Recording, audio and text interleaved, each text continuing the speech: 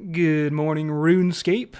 Just liking saying that. I don't know. Maybe it's getting annoying now, but May 11th, we just got ourselves a new Bounty Hunter blog, and of course, they added on Desert Treasure 2.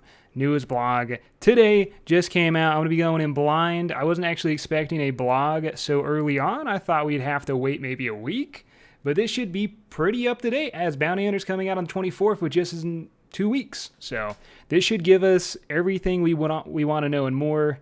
It has a picture right here. I want to be able to zoom in on that picture because it looks badass, dude. Is that possible? It's like a death claw with a symbol in it. And in the background, you can see the Knight's Fortress with the lot. Wait, what?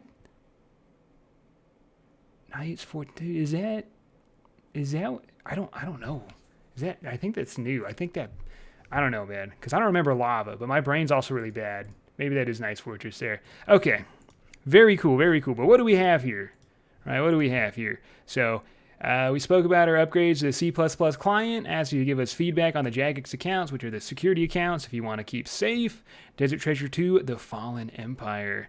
Last month, we opened and closed the beta for Runious Powers, a brand new prayer book proposed for the rewards for Oldschool Runescape's most epic quest. And I tried them, and it was pretty cool.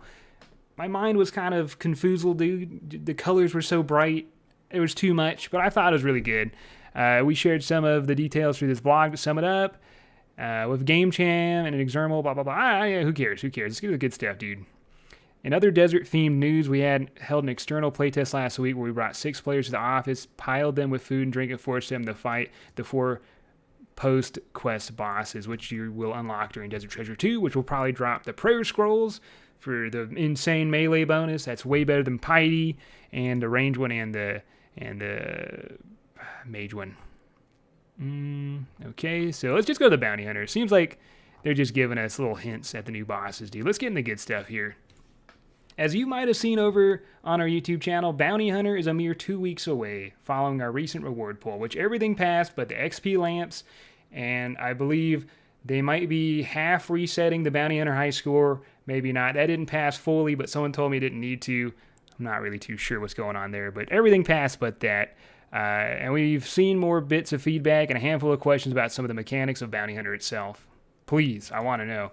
So first up, we want to share some changes we made and make sure that you are all aware before you risk gaining any extra combat levels. We're adjusting the level requirements of Ancient Warrior weapons from 78 tier to 75.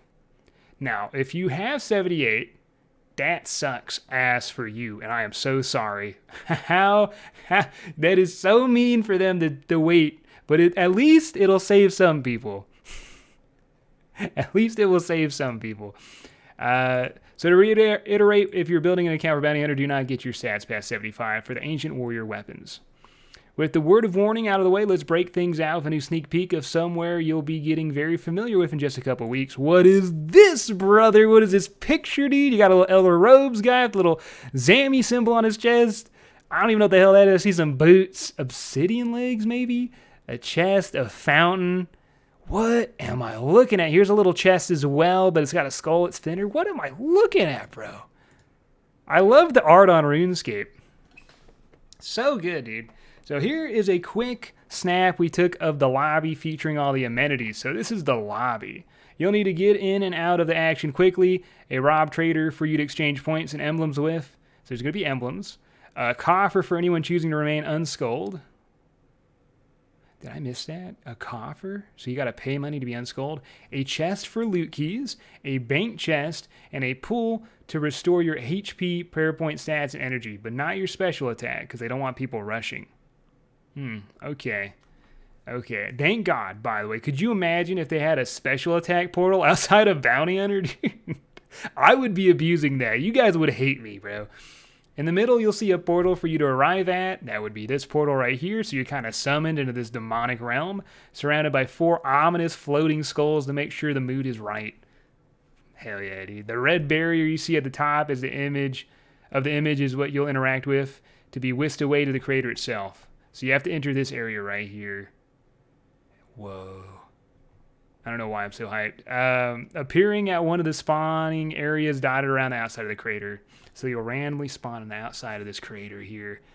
We've seen a number of you asking about the look of the crater itself, and while we're not gone capturing any epic drone footage just yet. We managed to do a sneak peek and a nice snapshot for you all. So I thought this area right here was the Knight's Fortress, but a couple things were off. One, the lava is not what it seems. This is actually a lot better of an image too than the last one that we had to zoom in on. This, you could see the portal area right here. In the back, there's a white snowy area. So yeah, I thought this was like at like 10 Wild near the Green Dragons all the way west of the wilderness. No, that is not true. Apparently this is the spawning area. You get spawned into a bone-like fist, bro. Oh, snap. That is badass, dude. Okay. All right. I'm telling you, the art never lets me down, bro. I never have anything bad to say about the art in RuneScape. The spawn looks an awful lot like the spawn looks an awful lot like this inviting rune circle on the floor, surrounded by blood, bones, and a spooky curved horn. If you squint, you might make out another at the very top of the image. You might also notice there's a little more going on than the iconic wilderness gray paint job. True, it's a little green. It's a bit different. I wouldn't say it's different, but yeah, there's a bit of color. I wouldn't honestly mind a lot of color when I'm PKing. You know, I feel like it'd be nice. You know, something to look at. This time around, we spiced things up with some grassy knolls, a lava pool, icy inclines, and even a precarious bridge or two surrounding the foreboding lobby at the crater's heart. I wonder if you could watch people inside the crater, like if there's like an Oculus orb. I would love to spectate. I feel like back in the day when you just alk on the side of Edgeville Bank watching people die. Like, I miss that, man. I miss just like watching people fight. Now that we know exactly which rewards are coming to Bounty Hunter, some of you have been asking for some updates on the new reward system to better understand how you'll earn them and whether or not you'll be able to poke holes that nefarious individuals might exploit. In a previous Bounty Hunter blog, we share a few fantastic player suggestions for an earning potential or EP system. Unfortunately, when we sat down to explore making an EP system as described, it became clear to us that it wasn't feasible if we wanted to incorporate it successfully alongside a solid foundation for Bounty Hunter's core. Obviously, anything with an EP system will be abused right off the start by everyone. Just like the target systems were abused back when they tried to switch from Bounty Hunter to target worlds, and they had little target areas, and the first couple hours it just clans box each other. So yeah, I don't think EP would have worked. We're open to considering implementing a similar system in the future once the dust settles around BH. Maybe. I don't know, man. So how exactly will you be able to earn points to get your hands on some ancient warrior equipment? Each successful target kill earns you 2 points, with a couple of extra points up for grabs at various kill milestones. So 10th kill, 50th kill, 100th kill, 500th kill. Do you have to put money in to go into the crater itself? Because what if you just go in and suicide, right? Like, that was a big problem with the high scores last Bounty Hunter with the whole Randy Jr. story I told a while back, where he just farmed his own account. So I wonder if there's a certain amount you have to risk before going in. On top of just scoring nice, clean kills on bounties, you'll also be able to get kill streaks together for added rewards via the emblem system. Any players will be able to hold one emblem at a time, starting at a measly tier 1, killing a target while you've got your emblem will level up your emblem up a tier to a maximum of 10 tiers. Okay, you'll receive a handful of additional points for killing a target that has an emblem of their own.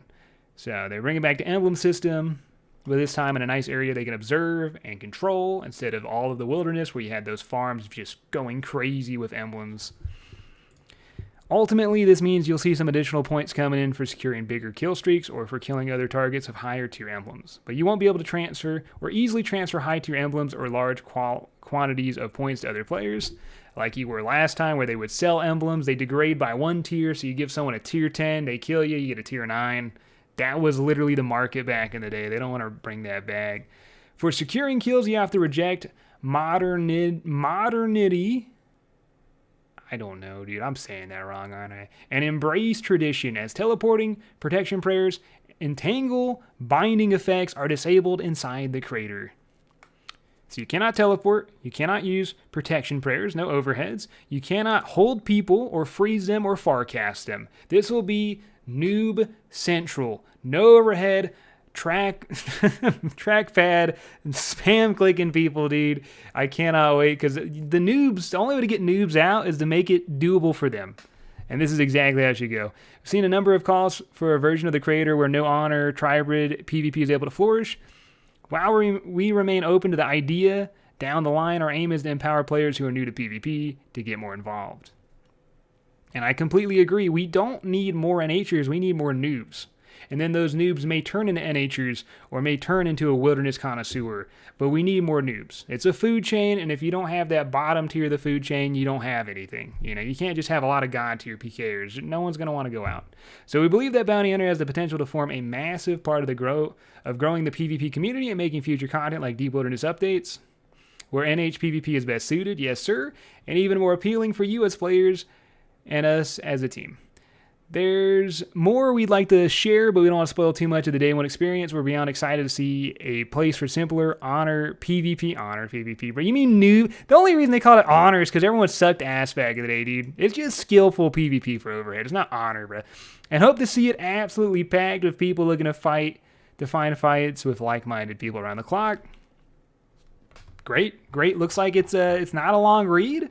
Just to kind of summarize, in case you guys were dozing off, this kind of covered a bit of Dragon Slayer 2. Don't care about the lore. Don't even ask me about it. Bounty Hunter's coming out May 24th. It's coming out very soon. There's going to be the lobby. You teleport in. You go through the red door right here into the area which you spawn in at one of these hand bone demonic portal areas outside of the crater. You got the ice around there, and you're in here with no overheads, no entangles, no teleports. You got to make your way in, make your way out with a kill, or you're dead.